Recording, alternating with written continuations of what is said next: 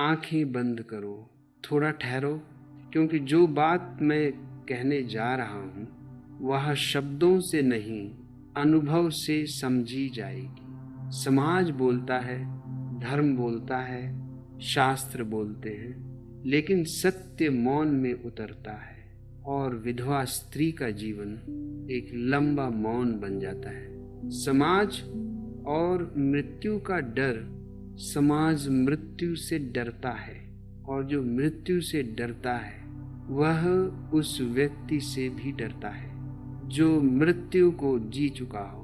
विधवा स्त्री मृत्यु की याद है, उसके चेहरे पर समय की रेखाएं नहीं, अनुभव की गहराई होती है, इसलिए समाज उसे हाशिए पर डाल देता है। विधवा एक लेबल नहीं, एक यात्रा। विधवा कोई पहचान नहीं, यह एक यात्रा है। प्रेम से शुरू हुई यात्रा विछोह से गुजरी और अब या तो टूटेगी या जागेगी। अधिकतर लोग टूट जाते हैं, कुछ जाग जाते हैं और जो जाग गया वह गुरु हो जाता है। बिना मंच, बिना शिष्य, पुरुष की चेतना की परीक्षा। अब मैं पुरुष से बात कर रहा हूँ। जब तुम किसी विधवा स्त्री को देखते हो तो भीतर क्या उठता है? दया, डर, आकर्षण या असहजता? यही तुम्हारी चेतना का स्तर है। बस एक चीज पर वो चीज क्या है? अब ध्यान से सुनो, मैं यह नहीं कह रहा कि उससे कुछ लो। मैं कह रहा हूँ मांगो, और मांगो तो बस एक ही चीज, उसका साक्षी भाव। क्योंकि जिसने सब कुछ खो दिया वह देखने लगता है। साक्षी होना क्या है? साक्षी होना मतलब जीवन को पकड़े बिना देखना। विधवा स्त्री ने सीख लिया है कि पकड़ने से दुख पैदा होता है। उसका अनुभव तुम्हें मुक्त कर सकता है। प्रेम का अंत नहीं, प्रेम की परिपक्वता। समाज कहता है विधवा का प्रेम खत्म हो गया। गलत। विधवा का प्रेम अब अधिकार नहीं चाहता। अब वह प्रेम को प्रार्थना की तरह जानती है। उससे क्या मत मांगना, ध्यान रखो, उसका शरीर मत मांगना, उसका सहारा मत मांगना, उसकी सहानुभूति मत मांगना, क्योंकि यह सब अहंकार से आता है। उससे क्या मांगना? उसका अनुभव, उसका मौन, उसकी आंखों की गहराई, उसकी स्वीकृति। अकेलापन और एकांत का फर्क। विधवा स्त्री अकेली नहीं होती, वह एकांत में होती है। अकेलापन दर्द है, एकांत शक्ति है। और जो एकांत में जीना सीख गया वह स्वयं में घर पा लेता है। वासना बनाम बोध। बहुत से लोग इस विषय को वासना से सुनेंगे। मैं उन्हें कहता हूँ रुक जाओ। यह प्रवचन उनके लिए है जो जागना चाहते हैं। विधवा स्त्री और ध्यान। विधवा स्त्री स्वाभाविक ध्यान में होती है, क्योंकि जिसके पास खोने को कुछ नहीं वह सहज ध्यान में चला जाता है। करुणा नहीं, सम्मान। उसे करुणा मत दो। करुणा ऊंचाई से आती है, उसे दो सम्मान। सम्मान समानता से आता है। एक मौन संवाद। कभी उसके पास बैठो, कुछ मत कहो, कुछ मत पूछो, बस बैठो। अगर तुम्हारे भीतर अहंकार नहीं होगा तो उसका मौन तुम्हें छू लेगा। यही वह एक चीज है। अब मैं फिर दोहराता हूँ। विधवा स्त्री से बस एक चीज मांग लेना, उसका मौन बोध, और बदले में कुछ मत देना सिवाय सम्मान और स्वतंत्रता के। अंतिम बोध। जो स्त्री मृत्यु से गुजर चुकी है वह जीवन को सजावट की तरह नहीं, सत्य की तरह जानती है। बस इतना याद रखना, जिसे समाज कमज़ोर कहता है, वह अक्सर सबसे ज़्यादा जागरूक होता है।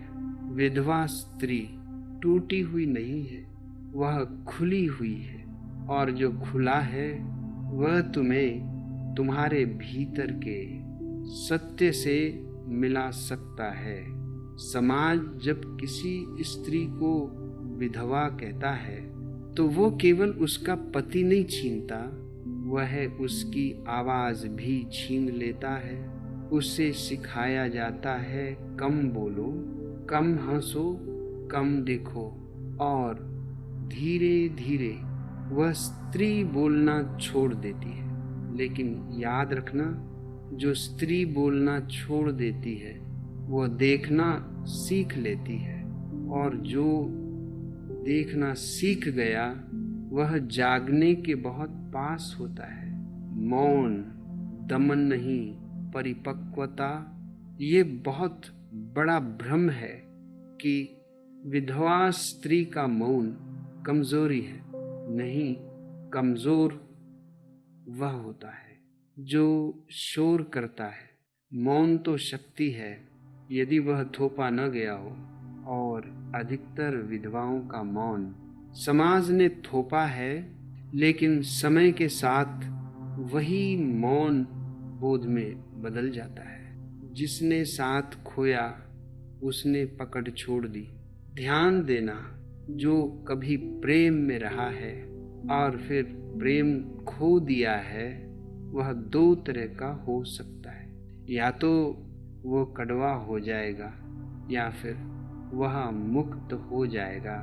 विधवा स्त्री के पास यह दूसरा मार्ग खुला होता है, यदि समाज उसे डरा कर बंद न कर दे। भय बनाम स्वतंत्रता। समाज विधवा स्त्री से डरता है क्योंकि वह याद दिलाती है कि रिश्ते स्थायी नहीं है, कि मृत्यु पास है, कि जीवन नियंत्रण में नहीं। और समाज इन तीनों सत्यों से डरता है नहीं, इसलिए वह नियम बनाता है। नियम और बोध का संघर्ष। धर्म कहता है ऐसा करो, ऐसा मत करो। बोध कहता है देखो, समझो, जागो। विधवा स्त्री नियमों से नहीं, अनुभव से गुजरती है, और अनुभव कभी झूठ नहीं बोलता। पुरुष से सीधी बात। अब मैं फिर पुरुष से बात कर रहा हूँ। यदि तुम्हें विधवा स्त्री के पास असहजता होती है तो समझ लेना तुम अपने भीतर मृत्यु से भाग रहे हो। वह स्त्री तुम्हारा दर्पण है। मांगना शब्द का सही अर्थ।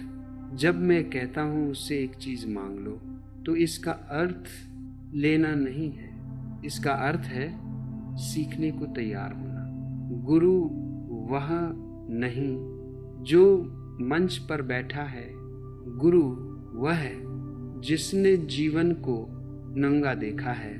उसकी आंखों में जो है कभी ध्यान से देखना। विधवा स्त्री की आंखों में अभिलाषा कम होती है और स्वीकृति अधिक। और स्वीकृति सबसे ऊंचा ध्यान है। त्याग और बोध का फर्क। समाज कहता है विधवा ने त्याग किया, गलत। त्याग मजबूरी से होता है, बोध समझ से। यदि उसने समझ लिया कि जीवन बहता है तो वह त्याग नहीं, जागरण है। सबसे खतरनाक बात यह नहीं कि विधवा स्त्री अकेली है। सबसे खतरनाक बात यह है कि समाज उसे अकेला रहने नहीं देता। उसे हर समय याद दिलाया जाता है तुम अलग हो। अलग होना और अकेला होना। अलग होना अकेला होना नहीं है। अलग होना भीड़ से मुक्त होना है, और जो भीड़ से मुक्त हुआ वह सत्य के पास पहुंचा। मौन का उपहार, आप समझो, वह एक चीज जिसे मांगने की बात की गई है वह है जीवन को बिना शिकायत स्वीकार करने की कला। यह कला किताबों में नहीं मिलती। कामना का अंत, करुणा की शुरुआत। जब कामनाएं टूट जाती हैं तभी करुणा जन्म लेती है। विधवा स्त्री अक्सर करुणा के बहुत पास होती है, पर करुणा कमजोरी नहीं, वह स्पष्टता है, प्रेम का नया रूप। उसका प्रेम अब पकड़ता नहीं, मांगता नहीं, शर्त नहीं रखता। यह प्रेम प्रार्थना जैसा होता है। ध्यान किसी विधि से नहीं आता, ध्यान तकनीक से नहीं आता। ध्यान तब आता है जब कुछ छूट जाता है। विधवा स्त्री ध्यान के बहुत पास होती है यदि उसे डराया न जाए। इसलिए चुपचाप कहा गया, ध्यान दो। मैंने कहा चुपचाप मांग लेना, क्योंकि जो सच में सीखता है वह शोर नहीं करता। अंतिम सीख, यदि जीवन में कभी किसी ऐसे व्यक्ति से मिलो जिसने बहुत खोया है तो उसे सांत्वना मत दो, उससे ध्यान से सुनो। अंतिम समापन। और अब अंत में विधवा स्त्री कोई अभाव नहीं है, वह अनुभव का शिखर हो सकती है।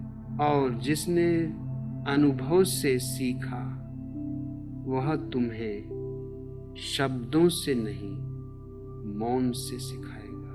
यहीं ये प्रवचन थमता है, लेकिन यदि तुमने सच में सुना तो यह तुम्हारे भीतर चलता रहेगा।